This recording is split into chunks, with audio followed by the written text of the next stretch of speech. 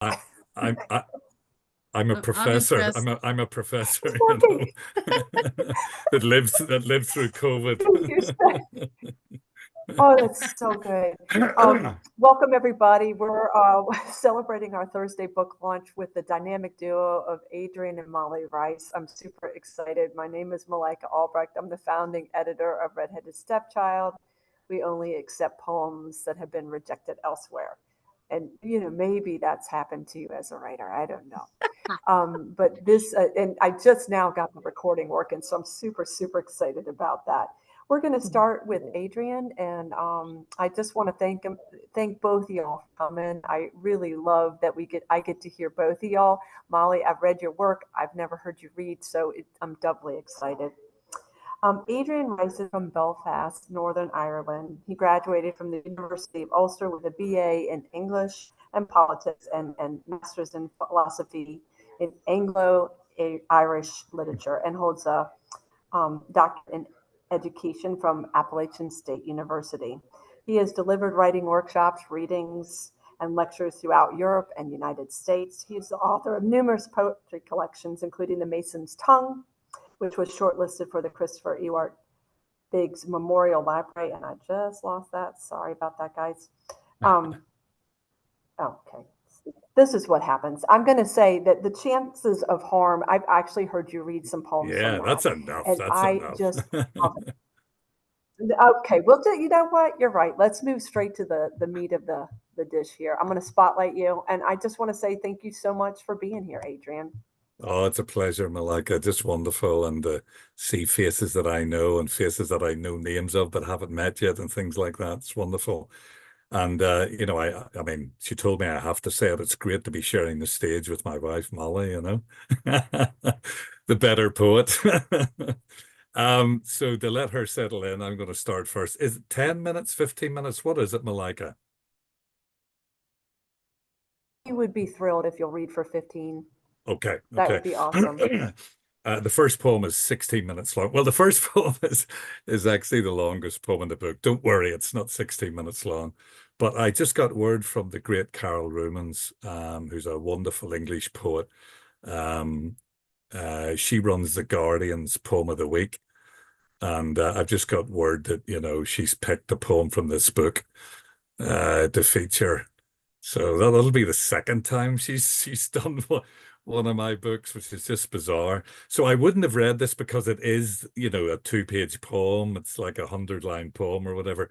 But I just felt that it was appropriate to celebrate it today. And it mentions Molly. It is about Molly and Micah. It is about my son Matthew, who unbelievably has become a major poet back home, and his second book is coming out with Fitzcarraldo editions in London and with Storyline Press in New York. And he's just jumped above me into the Paris Review and, London Review and all the rest of it. So it's just bizarre.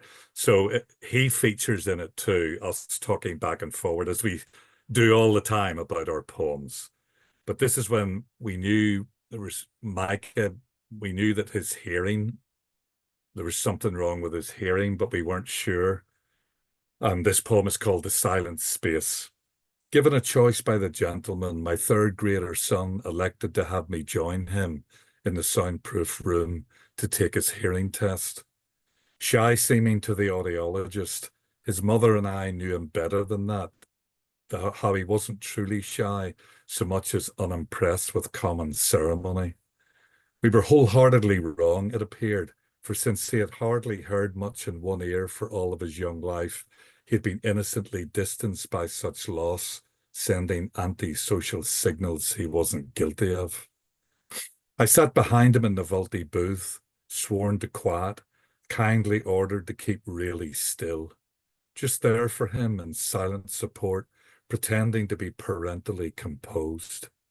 I couldn't hear the doctor's words when he began the test from behind the cloudy one-way mirror that hid his face, the interbooth exchange between their headphone selves for my boy to listen to and show that he had caught the words the doctor threw. He sat there motionless, concentrated, as grown up as he always was when faced with the new that those much older would struggle with.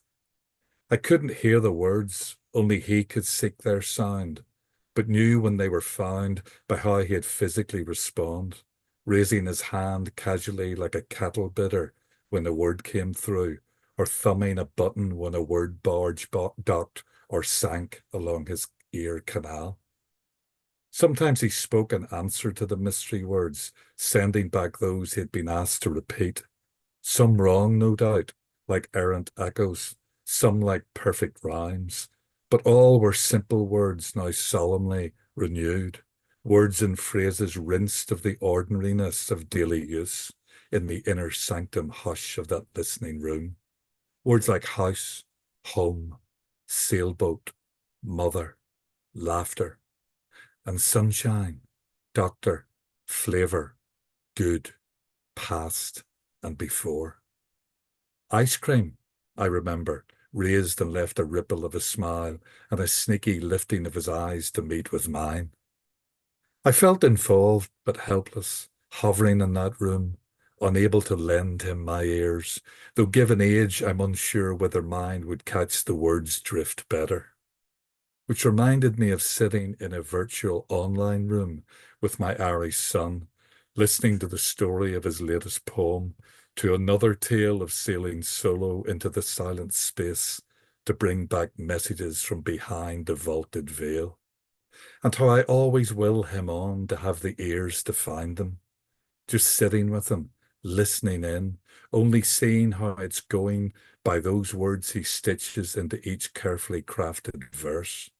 For as he now knows, words that make poems are inaudible to anyone except those chosen to receive their cargoed charge.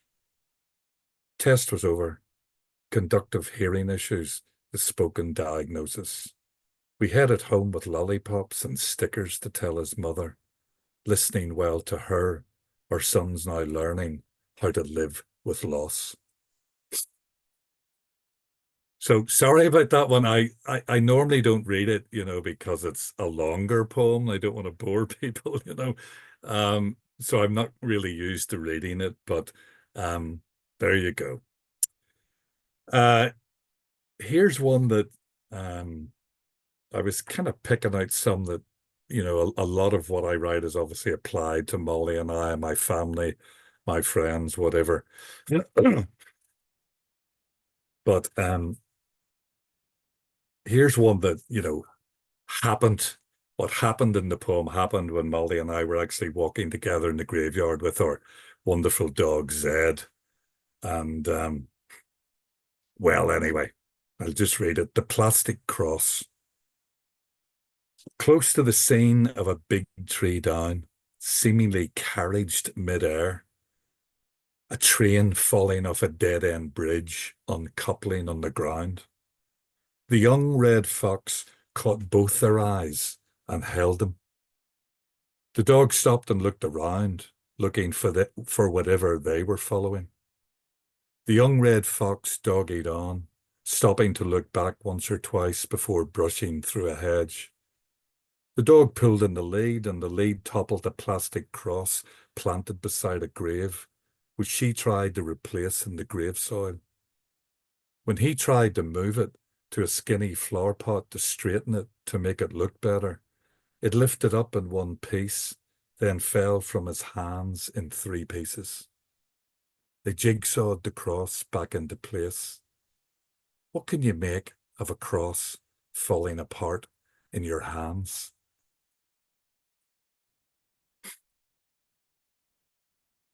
And then, because we, since the COVID era and ever since we've got and since we have the dog now, thankfully the rescue, we do a lot of walking in the graveyard with Zed. He loves it. It's a beautiful old oak wood cemetery graveyard.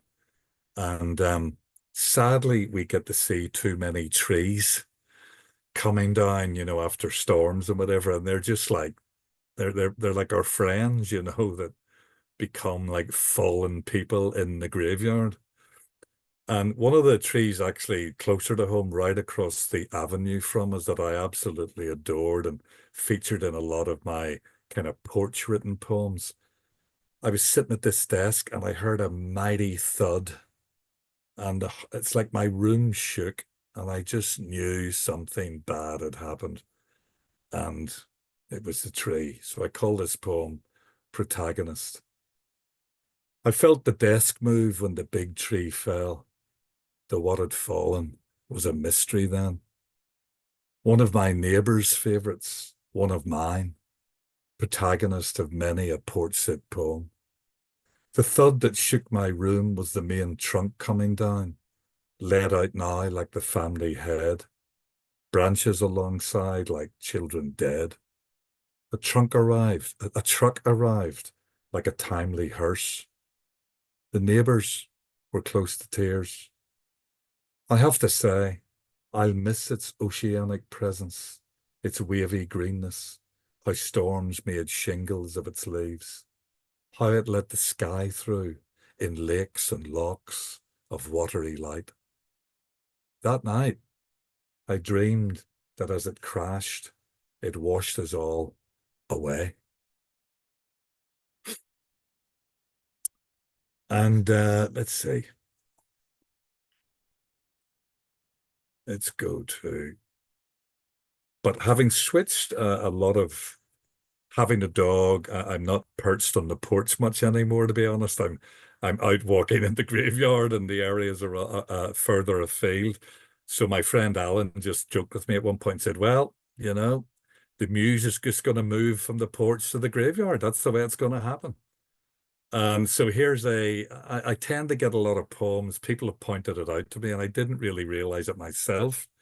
Though when I did realize it, I ended up putting a little quote, which I mentioned at a reading the other night. One of my little quotes at the start of the book. There's a couple from William Stafford, actually, but one of them I really love, where he says, birds are a hope. They can find the islands left. And I just adore, I think birds teach me more than humans do. So this is your northern bird, that impersonates the northern mockingbird. And I got to stand right beside one in the graveyard one day. It let me up really close to a big bush it was sitting on. And my goodness, I just could not believe it. And it led to other thoughts about fakery and fake messages and, people telling lies, essentially.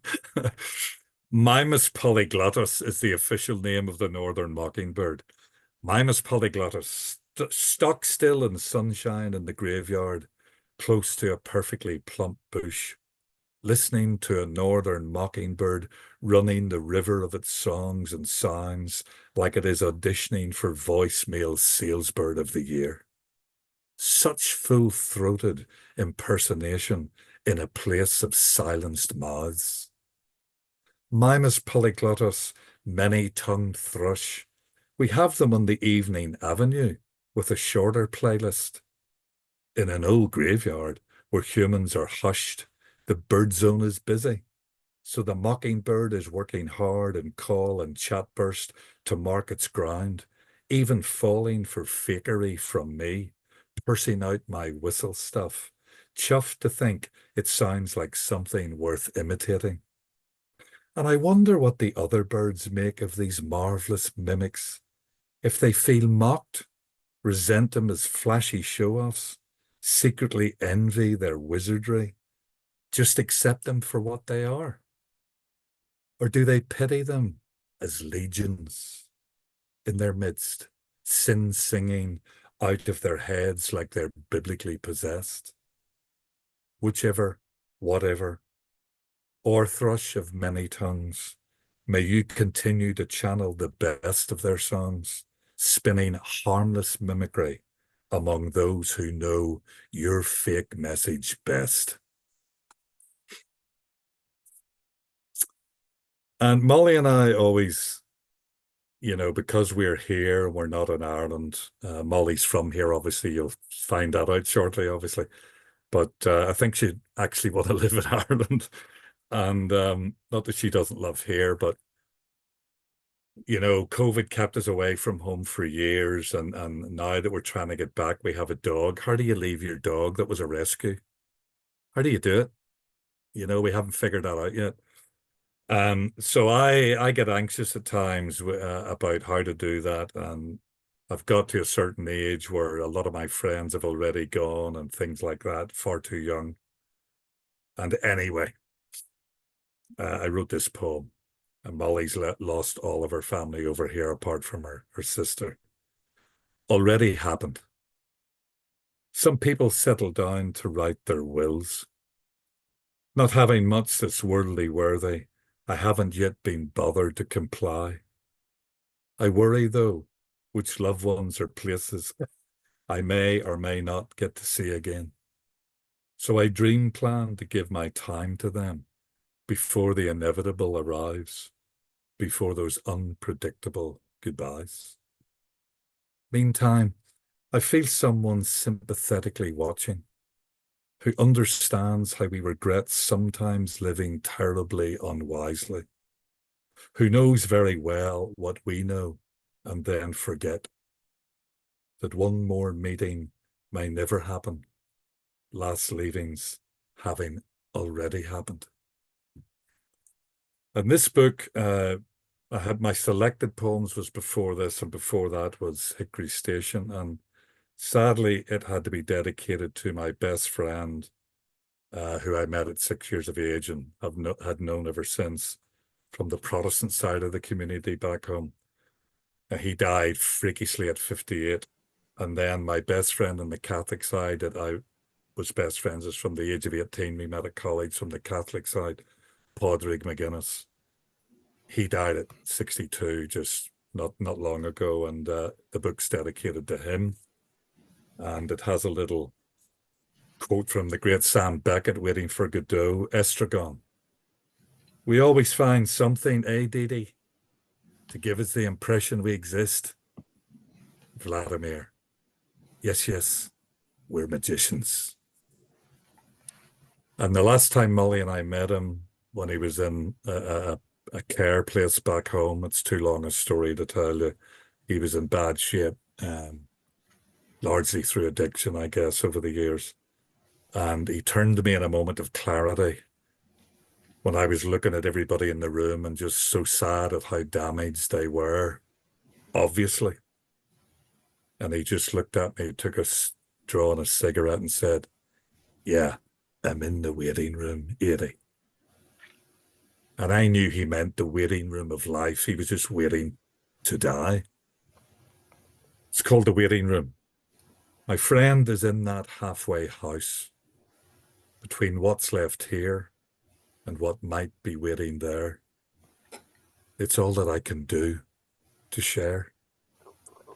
Somebody's not muted, by the way. I'm acting like a teacher now, but I can hear. I don't want you to say something you regret. Somebody needs to mute. And how long have I got, Malika? I don't want to overdo it. Have I time You for? got to keep going. Do another couple of poems or something? Okay. Got to keep going. Okay. I'll do one that's dedicated to Molly's brother that we lost at the age of 36. As I said, since we've been here from 2004 full time. It was only meant to be 6 months. That's a long story. We've just lost all of her precious people that I got to know and treasure too. Her grandparents and her mother and her stepfather and, just her Aunt Molly and just everybody. And one of the hardest losses was her 36-year-old brother, who was just, I always tell everybody, he was like, he didn't have black hair, but he was as handsome as Elvis. He was as charismatic as Elvis. He was a better dancer. I would say he was definitely tougher. But I would say that if he had been Elvis, if he had been Elvis instead of Elvis, he would have had just as much of a woman fan base. He was beautiful and such a sweet guy, but just as Molly would explain to you, you get caught up in a poverty background and your education gets ruined. And what are you left with? For so many, you're not left with the education route out that so many of us, like Molly and I, got. Anyway, during COVID, we got to take Micah, we made sure we took him on holiday to Florida or somewhere like that, places we had never been. And this one's called Villa for Timothy Wayne Freeman. And it's got a little epigraph from the great Wendell Berry. There are no unsacred places. There are only sacred places and desecrated places. Villa. You don't hear it on quietish weekends when you arrive, but there's always someone building nearby in Florida. The land never been allowed to simply rest and breathe, to just be under the sun. There's always the weekday drone and clatter of a digger gulping its fill, chomp after chomp, waterfalls of earth and its stones building into mounds of dirt stack after dirt stack, like someone sinking a metal scooper into an arcade of coins, scooping them up and dumping them into big piles to carry away. And always about as poorly rich as bank tellers, hired hands do most of the work while making the least of the money. Such desecration makes the canal-side villa with pool that we rent to make memories on the summery run from our COVID routines, grabbing for the child a slice of the privilege pie that as children escaped us. So I'm going to finish on something that, might, I think I read it the other night, that might at least bring some kind of smile to your face. And it includes Molly and Micah again at the end. When I do sit in the porch and I need to get back to it, you see the whole world from there. It's like, as my friend said, it's like I'm sitting and I'm looking at an aquarium. The avenue is like an aquarium that I'm observing. And literally enough of the world happens for you to get, as I have got, books of poetry. But this particular happening, this one night on the porch, just had to be a poem, So I'll end on this. Thank you so much, Malika, for having me. And I know you'll love Molly too. And thanks, folks, for all yous that turned up. Look at you. Yous are wonderful. You're the opposite of a gallery of rogues. Gallery of poets, gallery of good people. So this one is a bit lighter. It's called Circus. Innocently thinking that life is like a circus, all right. When a young girl on a tricycle appears from behind the hedge at a surprising rate of knots, followed by her bearded father holding the middle of the road in green top and yellow shorts, riding, I kid you not, a unicycle.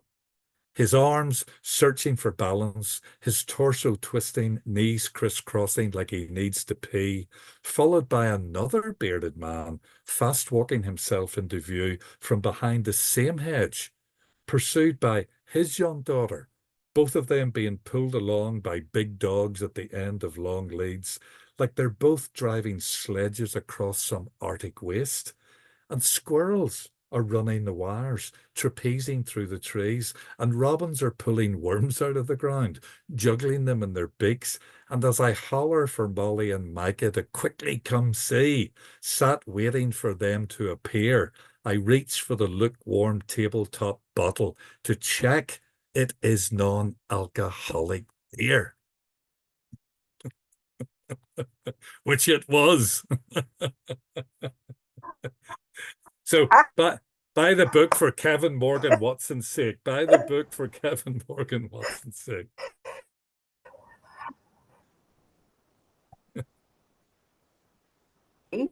Thank you so much, first off. That was fabulous. And the chat section, some of us had the same line coming up all at the same time that just really resonated. But I did want to ask both you and Molly, is there a way to get a signed copy? Could people reach out to you for that?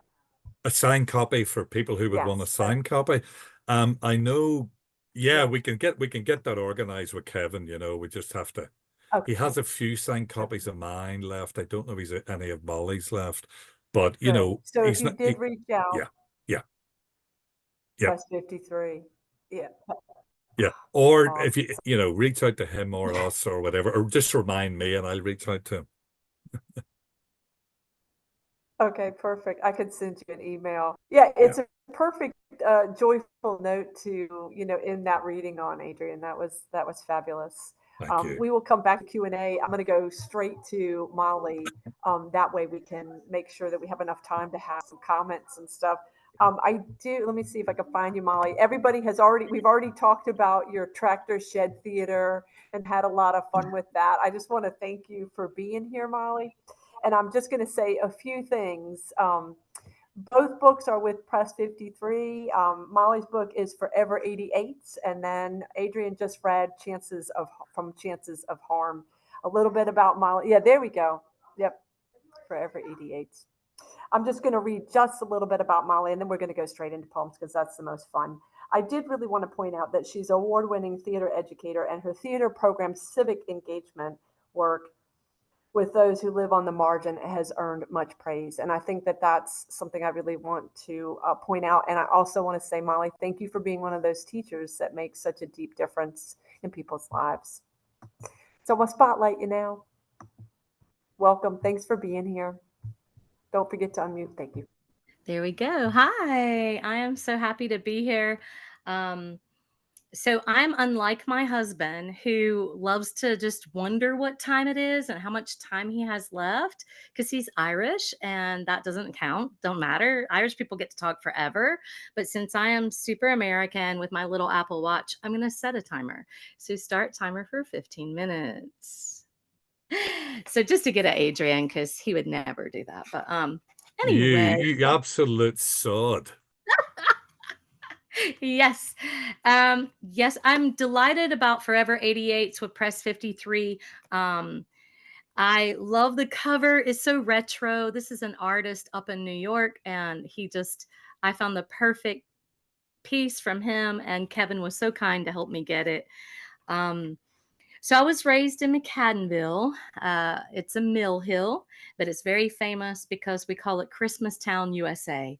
And literally, we were raised in this most special town that Christmas was kind of always there. And many, many people come and travel through in their cars and get on our nerves at Christmas time. But your life does stop for others during that time. The Mill Hill was wonderful. It was very socialistic feeling. We were all poor, so we didn't get to bully anybody on that. So most of my book, the first part of it is about my childhood there, and then it moves through my life up until now. So I'll just start off with some Mill Hill, which also is a chapbook that I put in this book, and Finishing Line Press published that chapbook. So this is called White Christmas. Behind the gutted trailer, I rode my new bike. Stopped at the sight of strewn trash. I kicked my kickstand into the soft grass.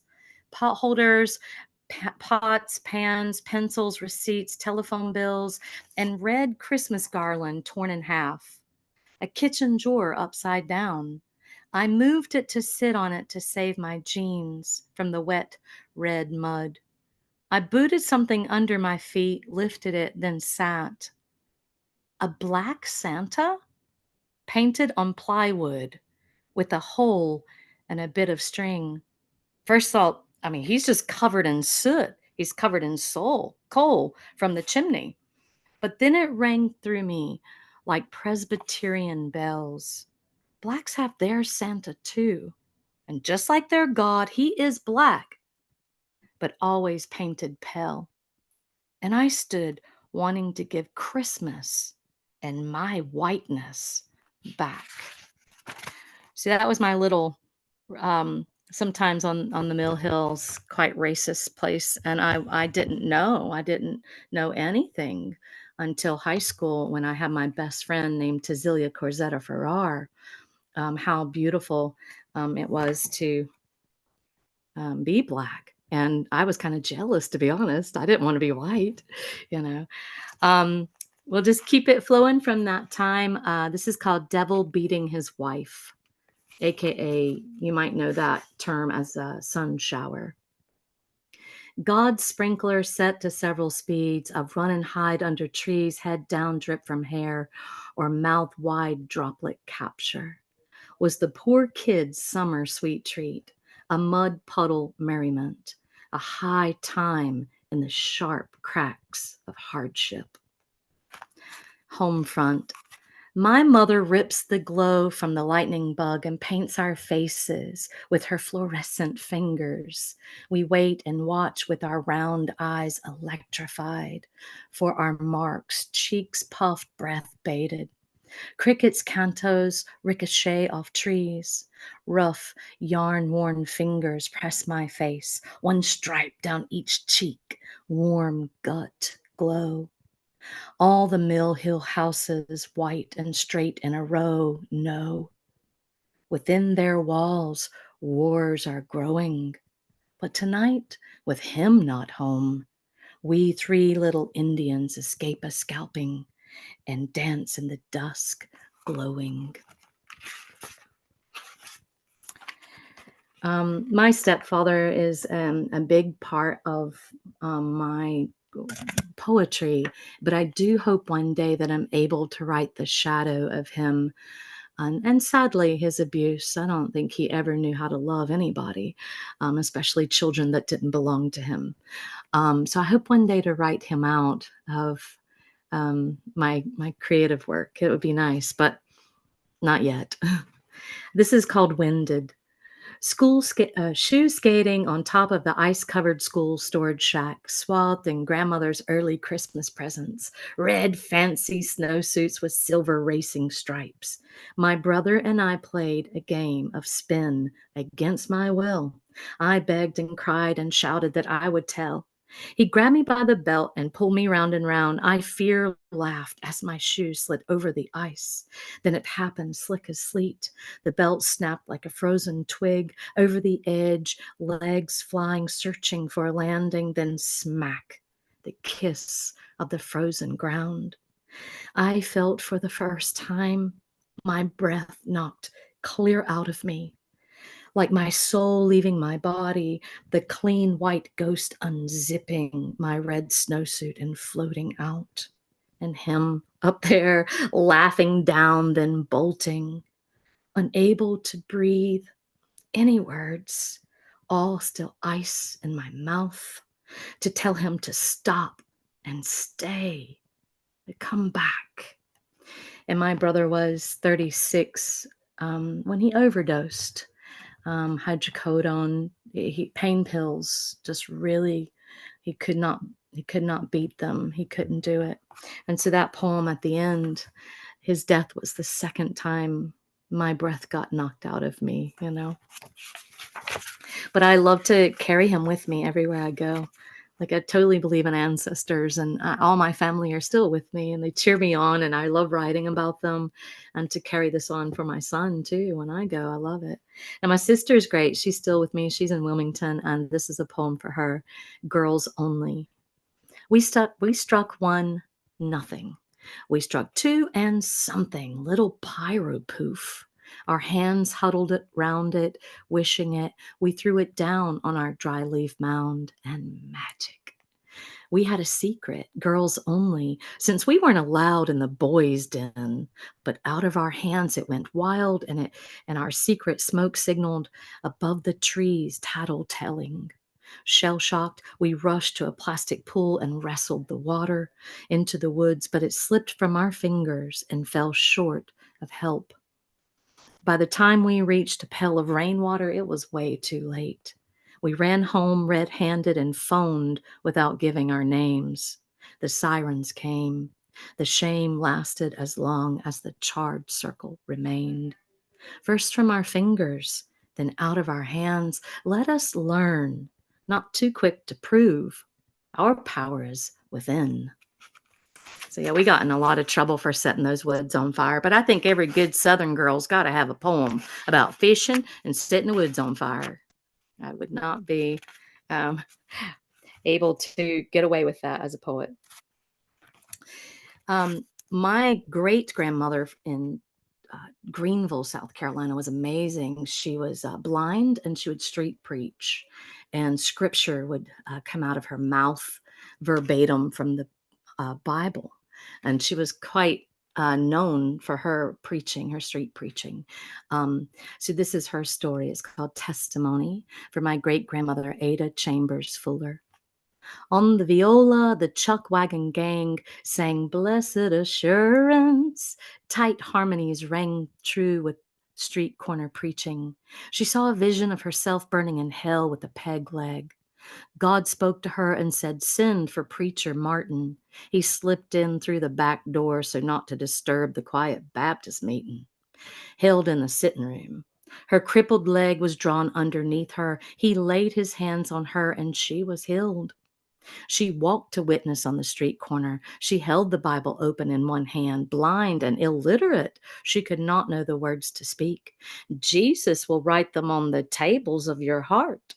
And she stood, the Spirit speaking through her, word for word, God's message. Those who knew her would marvel and read along.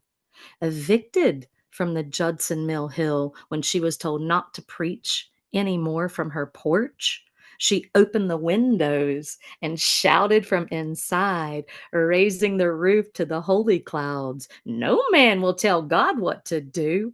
And they moved down the way to Monaghan Mill, where they saw no harm in a holiness woman.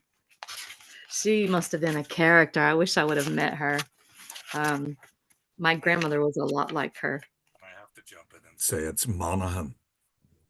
Well, we know, how we distort the Irish. We just say whatever the hell we want. Monaghan. All right. For my dad, sir, no, sir, we had to answer him like that all the time. Sir, no, sir. Yes, sir. No, sir. Sir, no, sir. So this is for him. I scratched and sparked "I hate the devil" with a bit of flint right on the spot where you parked your beat up pickup. It took time going over the letters again and again, bold for the first time. I whispered rebuke, then bind Satan. And I saw you pass the church and fly down the hill. I hid, scared of your flared nostrils, your flicked cigarette, your steel-toed boots. You got out of the truck and flung the door shut. I dropped my rock and flinched. I watched your hurried hunchback gait cross the yard and then the slam of the screen door. You didn't even take notice of my work. I was ready to lie if you held me by the scruff, lifting me off the floor, threatening to knock my teeth down my throat. I would have said, "No, not you, Daddy. The devil, not you, sir." But he didn't even notice I said I hate the devil, not him, because he was the devil for me. My mom was an amazing woman. She was out there. They'd go bar hopping, and her claim to fame is she'd stick a whole cue ball in her mouth and was able to spit it out and hit another ball and get it in the pocket. So this one's from my beautiful mom, called Jukebox Gold. Bar hopping legend. You could shove a cue ball in your mouth and spit it in the side pocket without a shadow of a doubt. A bar box hustle you pretended suited you just fine. But I know there was a woman trapped inside, shaking the bars, who would have much rathered a conversation about the cosmos. A shake, rattle, and roll in the jukebox gold. Much rathered a song from the soul, not the country twang of where you landed, not the love the one you're with, but a holy union where Jesus dwelt, not a drunk man's hands fiddling your thighs. Quiet eyes. Bad break. Your side pocket scratch left you losing out as the jukebox honky tonked on and on. Hooked, then walking the floor. My grandparents meant everything to me. I moved in with them when I was like 14. My grandmother was my best friend, and losing them was life-changing, as when you do lose people you love, there's like a hole in your heart. And so they were really important to me. Adrian got to know them, and it was just wonderful that both Adrian and Micah got to know them. Just a little love poem for Adrian before I read two more, one for my grandfather and one for my grandmother. So this is for Adrian, since he's like glazed me all night and like, Molly, and gosh, if Adrian hadn't come in my life, what is 20 years ago? You're mad 'cause I didn't know our anniversary. I don't keep dates in my head, but 25 years ago we met, but our wedding anniversary it's in October, Molly, October 23rd. Just in case you forget, that's 20 years. That's so long you don't even need to keep count anymore, All right, this is for Adrian, called Blazed. I took him to play pinball to grant you time to browse books, your favorite pastime, when suddenly I sunk into sorrow with the thought of a tomorrow where I alone would landmark our memories. Breathless, I was led back to the front seat of my car where I held my breath and slipped my hand into your blazer to ask your heart to beat with my heart. And we sat wordless, blazed with the car aflame. Adrian and I were such a scandal. Oh, it was not good. I was married. He was in a serious relationship, but we fell in love. And what do you do? So what do you do? I'm so happy that we did. This is for my precious grandmother, and then I'll end it for one for my granddaddy. They are my absolute cardinal losses. I wear the little cardinal that Adrian and Micah bought me, and this is for my grandmother. It's actually dedicated to Catherine Stripling Beyer, who gave me a blurb on my first book and believed in me as a young poet. Singer. Precision stitches, her singer hummed the thread zigzagging reversible wraparound skirts and costumes for my school plays. Seemed so foreign to me when she showed me how to wind the bobbin, afraid that I would break something. The surgeon's light of the machine made it seem so final, too afraid of the treadle to trust my own attempts. But by hand, I helped her thread the eye, tie the knots, and push pins in the tomato-fashioned pincushion. Housewifing seemed intimidating. Seamstress? Stressful. She was a pro, but as she put it, I had it to do. Her patterns, forever stitched in me. Now her machine sits dusty, faintly singing its rhythm of creation. And thank you all so much. There's so many funny stories about my grandparents' ashes because I take them, they're actually in my car. And I know, this is how I deal with grief. So you can be like, what a weirdo, or, oh, cool, whatever. But the first time I didn't think I could handle the ashes. I didn't think that would be a possible thing, that I would be able to touch my grandparents like that. But my grandmother couldn't do it for my granddaddy. So his last wishes is we'd take him to the beach. Grandmother couldn't do it. So me and my sister did. And it was actually beautiful. And so this last poem, one little funny side note before I tell you this, I have to be careful, like throwing them out the window of the car because we travel on the road. We do epic road trips. We've been to California twice, and we spend like 36 days on the road because we just love it. And Micah was in the back seat, and he's like, "Oh, I think I'm eating grandma and granddaddy." Because the ashes got all over his face. Like, we just have a laugh about it. My granddaddy was a truck driver, so he would love if he likes me to spread them on the road, But Micah, we've all eaten those ashes in the car. I'm telling you, yeah. But in all seriousness, they were everything to me, and every time I take their ashes, I get my own funeral over and over again, and it's just the best. We leave them in really cool places. This is called Genesis, and so this was the first time. But such a tide as moving seems asleep, too full for sound and foam, when that which drew from out of the boundless deep turns again home. Tennyson. In my Irish scarf, I cradled his ashes and knelt at the altar of his last wishes to scatter among the waves my grandfather's remains.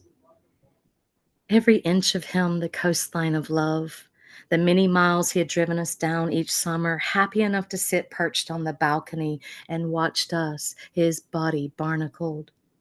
I told him I forever loved him and held him as he once did baby me. I thanked him for everything, simple words whispered on the ocean's breeze. I dipped him under the next gentle lapping breaker.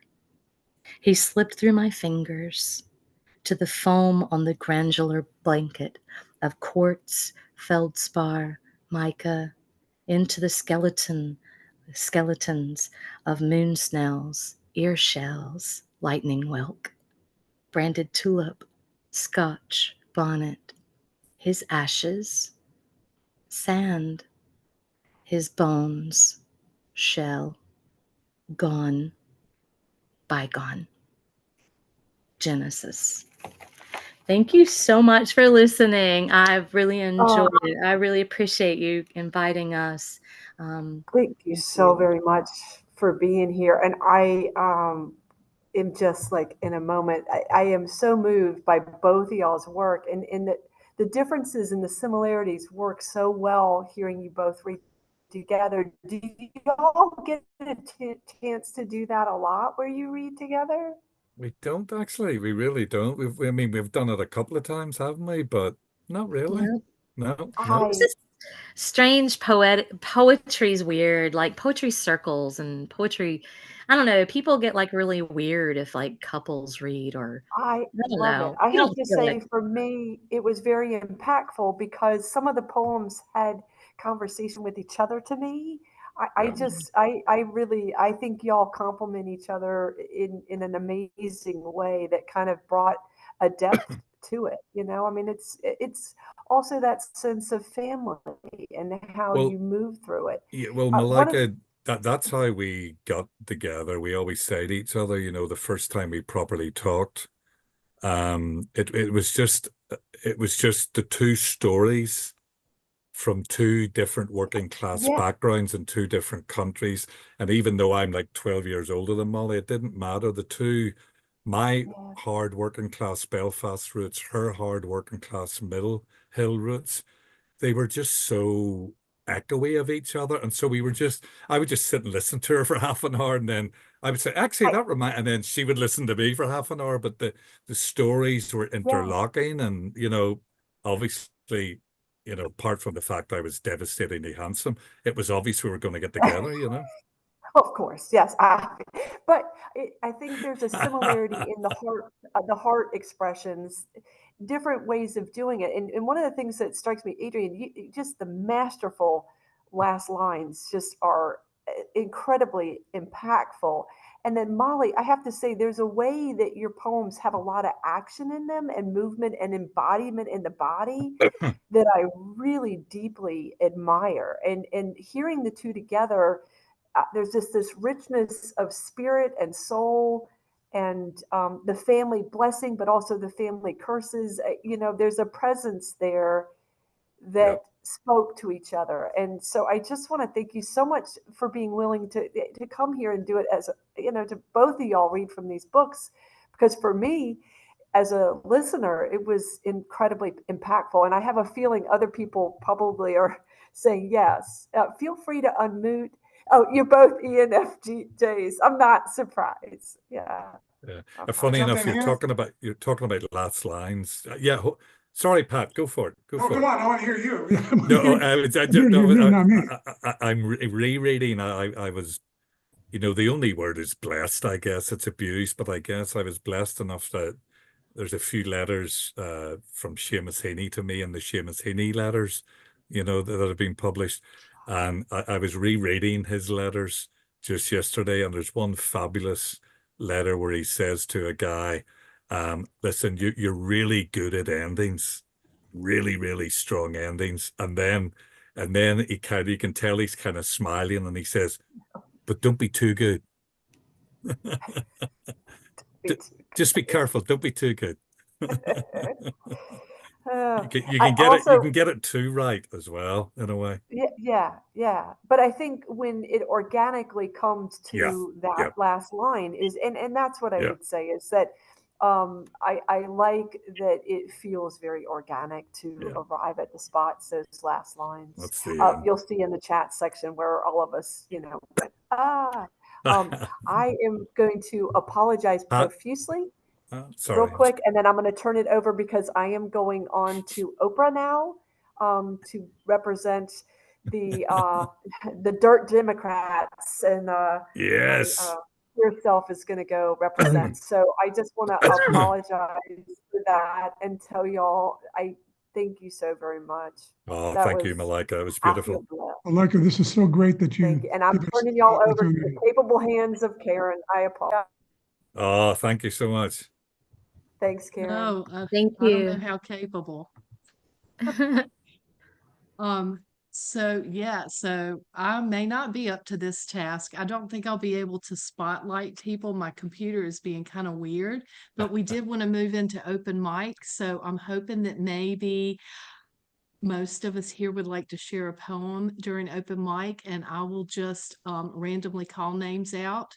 And if you'll unmute yourself when your name's called, if you'd like to read, then we'll do that. I hope that'll work fine. So everybody will still have everybody up on their screen. I hope that'll be okay with you guys.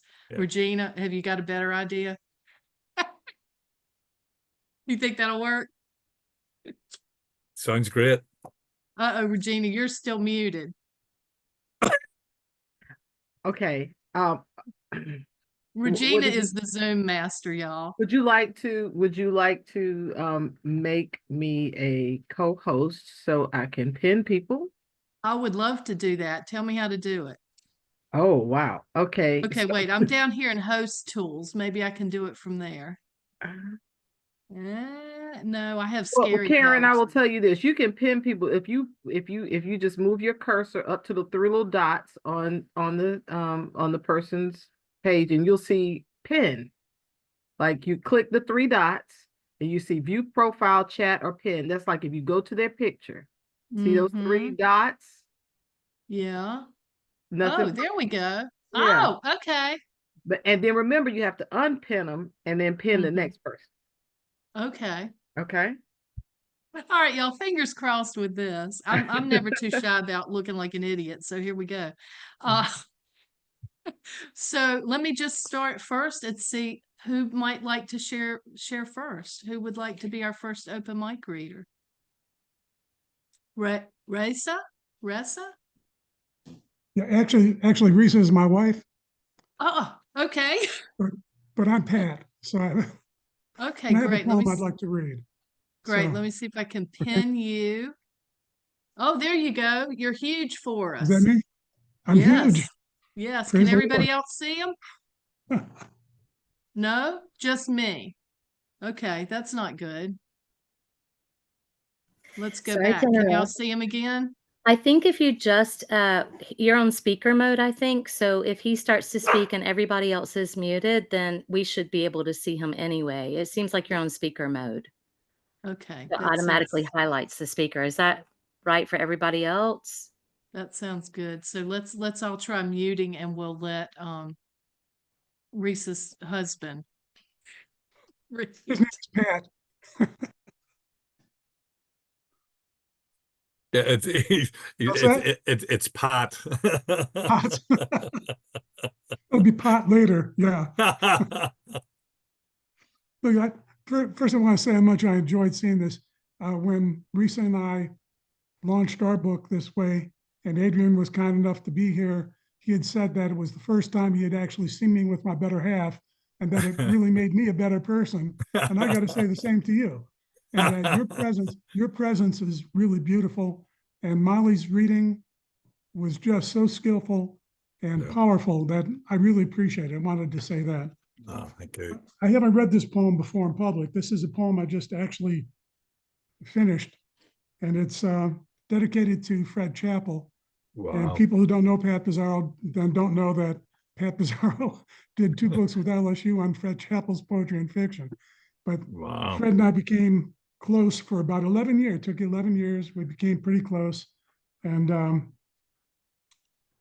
I wrote an essay in the second of those books in which I talked about the first person narrator in Fred's writing. And because he has so many personas, right? He's got Jess and old Fred, and then there's someone named Fred. And then in his criticism, there's this person he calls the irascible critic who wants to plow naked. I just always loved that. But that isn't criticism. I don't know what is. So this is entitled Like Supernovas, and it's for Fred. And there are two little epigraphs to it. One comes from, actually it was the Rowley paper where I found this. And it says, a massive distant star exploded in 2014 and also apparently in 1954, which kind of, I've talked to, some people who know science better than I do. I was an English teacher, can't make a home repair, but I've read Shelley's Epipsychidion, so there's something to that. Then there's something from his Fred's preface to Midquest where he says, though he is called Fred, the I of Midquest is no more myself than any character in any novel I might choose to write. And so in response to my essay about point of view and Fred's, because I point out there are a great many different Freds. He wrote an essay entitled Too Many Freds, which is just perfectly Fred Chappell, isn't it? And so I wanted to kind of, for myself, go on record at this point, having just lost a very dear and unbelievably talented person, irreplaceable, that I wanted to kind of go on record. And so it's a little bit scientific, but not very, because I can't be very scientific. Like Supernovas for Fred Chappell. Let's start with the easy stuff. God is credited with the accident of design. But despite our faith, we cannot help wondering how the same star dies not once in the universe, but numerous times. Not people, but the supernovas in the news from 500 million light years away. They grow faint, then bright, and then faint again, maybe just a bad connection between here and there, we think, at first, blaming ourselves for our clumsy misunderstanding of electricity. But to learn from a universe in which a star is reborn and reborn a second time, and the promise that death as we know it doesn't really happen, or that we are reborn into the many selves we've created during our lifetimes, as you have been, Fred, requires from us the proper connection for those who want to see the operation of the body and the processes of the universe. That's how it happens to the trees, Joe Robert might have said, so to us too. I realize it's all too easy to think these designs are repeatable, but if astrophysics is both bodies healing themselves and the universe's reincarnation, it seems when science insists planets are reborn to die again, an act of science, but also an act of spirit life. The dying star just might be hope for eternal life, or a metaphor we interpret as belief in a design we don't yet understand. If we could only tolerate our body's need to explode over and over, but then to recover and survive like the neutron stars beyond our skies, we'd understand how we've sent and continue to send the wrong messages to each other about the living and the dead. Or if our cores could burn so hot, the cold outer shell would blow away, leaving the molten spirit whole and full of grace. And if we reinvent our notion of body to take its place in the universe beside supernovas of our imaginings, that core might be who we really are and have long wanted to be, like characters we've created by our actions and our imaginings, like Jess Kirkman, or old Fred, or even someone in your essays named irascible critic who wants to plow naked. And those who monitor the stars will learn before our passing how to monitor the various bodies our souls have recaptured, the other bodies we've animated and left behind. Let us live like supernovas. Thank you for hearing me. Oh, thank you so much for sharing that. Oh my goodness. Thank you. Wow. Wow. Oh, thank you. All right, who would like to share a poem next? Joan, I'm seeing you. Can you unmute yourself? Here I am. All right. This is from a new manuscript. Memories Grasp. Mom napped on the brown tweed sofa, lying on her belly, old beaver coat pulled over her shoulders, head turned toward us. We knew to whisper, play quietly. I see her clearly, closed eyes, left hand's fingertips covering her lips. See no evil, say no evil. Was her father found lying on the kitchen floor that long ago day? Face up, down, blue lips, cherry red skin. Who found him? His sister Riva organized the funeral. Why? What chaos in the household? Here's a photo of Elsie, my mother, sitting on the brown sofa, elbow resting on the end table, face in profile. She's 50, hair iron gray, chin high, grimacing, enduring the photographer, my father. Thank you. Oh, Joan, thank you so much. Oh my goodness. Wow. Thank you, Joan. Oh. Who would like to share a poem next? I'll read, but don't spotlight me, please. I'm not spotlighting anybody. Okay. So this poem is titled, I Am This Dream's Dog, and I stole this from a Lynn Emanuel poem, which she titled Dream in Which I Meet Myself. And this poem is about loss, since we've been talking about that a lot tonight. I am this dream's dog. I run to you faster than limbs could propel me, almost recognizing the slip slide linoleum dance. Vague fried chicken wings fill my wet nostrils, but when I search your face, I see the formica of this shadowed space will never hold sustenance you breathe into existence. I try wriggling into cracks of light that threaten to upside down a thinly braided rug I paced around, begging it to stay. Your black and white hue tells me you'll unravel every strand, leaving my eyes pooling, my howling throat pleading you back with every curtain's call. Thank you. Wow, Christy. Wow. Thank you. Thank you. Woo. Y'all, lighten up the open mic tonight. Good gracious. All right, who would like to share next? I can. Okay, Yeah. Mary Jane? Yes?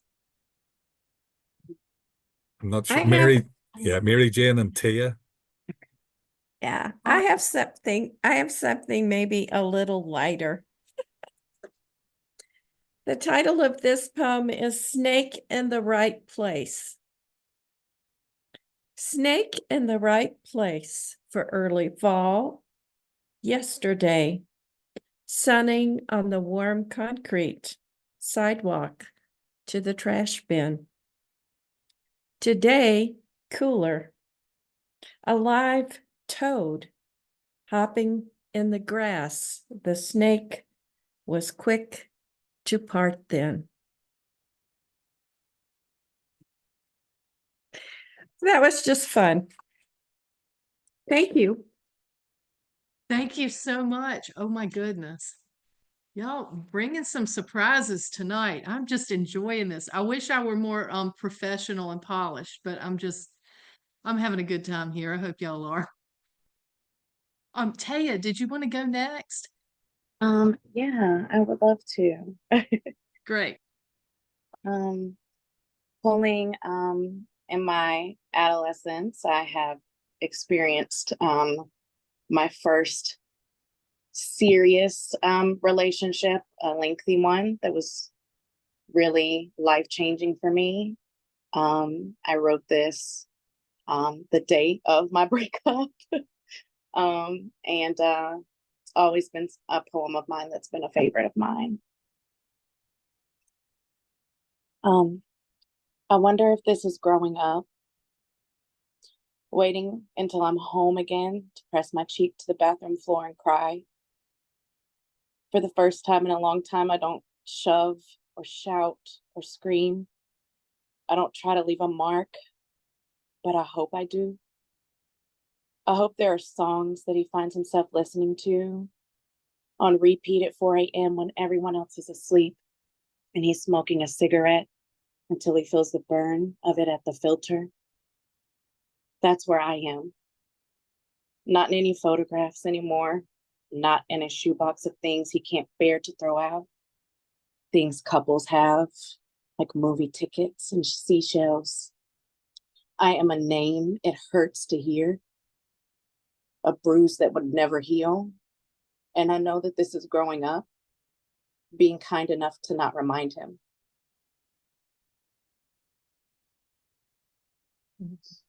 Thank you. Wow. That was brilliant. Wow. I do have to brag as a teacher would. And T is one of my alumni, and she is just, I am so happy to see you. That was amazing. She used to read at our coffee houses too. Ah, I missed you so much. It's so beautiful to hear your voice tonight. Thank you. It That was was great to hear you guys too. I Oh, love you. thank you so much. Thank you for sharing. Oh, you guys. Oh, all right. Who would like to share next? I'll read. Laura, all right. Because obviously you're not reading the chat. No, I got my hands Too full much, here. isn't it? Okay. Yeah, it's too much. All right, this one's for my grandmother. It's called Just So. Is the quilt on your lap the landscape of a life or a map that marks its seasons? You based with care while a cigarette smolders on the table by your chair, lit, then forgotten in its tray. Everything just so in your world led to a maelstrom of tidying, preparation for the cleaning lady. That storm could last a whole day. Insistence on the niceties, the opposite of which was you labeled ignorant. Say hello to Mrs. Beecher, you admonished your future daughter-in-law, who sulked silently on the sofa, waiting to escape to the movies. Counting and recounting the stitches of a life, your quotidian chatter. Betty has broken her hip. The Beechers moved to Florida, merged with Ernie, calling baseball on the radio at your side. Thank you. Oh, thank you, Laura. All right. You guys rocking it tonight, rocking it. Who would like to go next?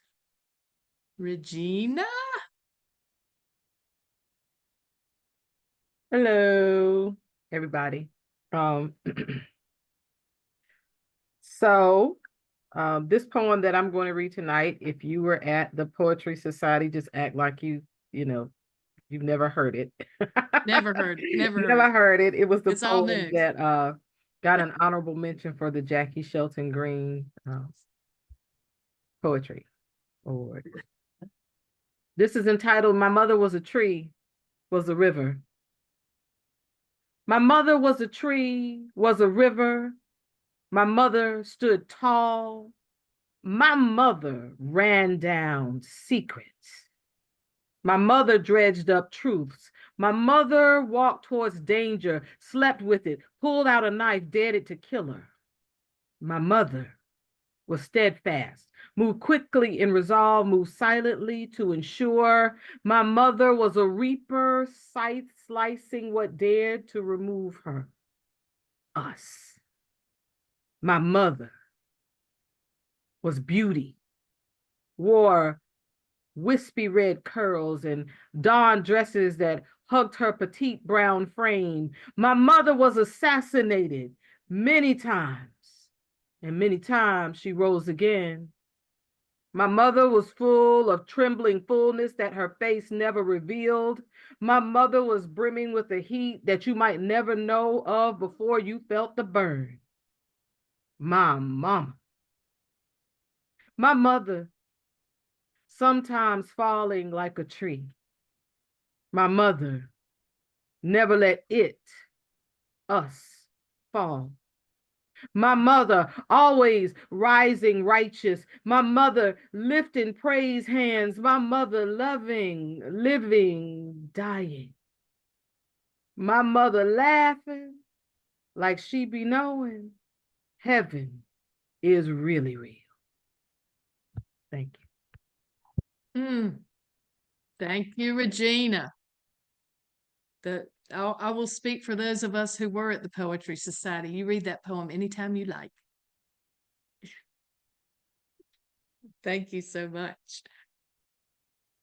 Cal, are you going to read this evening? I will, thank you. Okay. I ran across it was a Facebook post about John Keats today, and it reminded me of this little poem. And I like the epigraph probably more than my poem. Anyway, it's called On First Looking into Keats's Accuracy. This is the epigraph. Negative capability. That is when man is capable of being in uncertainties, mysteries, doubts, without any irritable reaching after fact and reason. John Keats. Was he embarrassed? I think not. The early sonnet of Keats, an all-time greatest hit, in fact, a homer, didn't get his career off to a rocky start, in spite of its misnomer. But what is poesy? Must beauty always be truth when you travel in these realms of gold? Can you put Cortez, if it fits the meter, better than Balboa? Nice, Cal. Thank you so much. I was getting a vibe from you that you were hanging on to one for us tonight. I think we have heard from everybody. Am I right on this? Really? Could it be that open mic has come to a close? Oh. It's drawn to an end. It's so As you were going to read. It happens us all. Yeah. Karen. What? Do you have a poem for us, Karen? Yes, Karen. Whoa. Oh. You're not escaping that easy. I was gonna not, since I was trying to pretend I was host. You know what? Okay.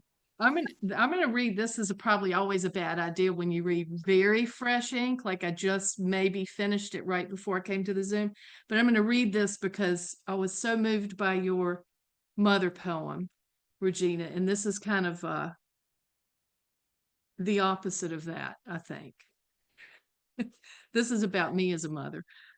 So this is actually this is after reading the poem My Mother Cooks by Gil Arzola in Rattle 85. So that just kind of got me to thinking. This is Gil's mother cooks arroz con pollo, and Gil thinks of his mother so fondly, and I wonder how might my grown-ass son consider me? Me, who has only very rarely contributed significantly financially to our family, hardly ever, but frugal, I am at least, except where art or art supplies or books of any kind are concerned, frugal. Me, laughing loudly, full-bodied, head back, mouth to sky, wide open, unabashed. Me, gleefully cussing with enthusiasm equal to my approval of the level of inappropriateness I appreciate in a comment or a story shared. I can whip up all manner of one-pot wonder cooking, but I cannot commit to adhering to a recipe or measuring ingredients. I do not bake well. I make no pies or cakes for special occasions, but I'll sing happy birthday louder than anyone and hang banners and balloons all over the house. I'm told I do not carry a tune well, and I don't know the words to most songs, but I sing, and I make up my way through a song. I don't look very much like a mom. Earth mother, maybe, boho, hippie, tree hugger, poet mom.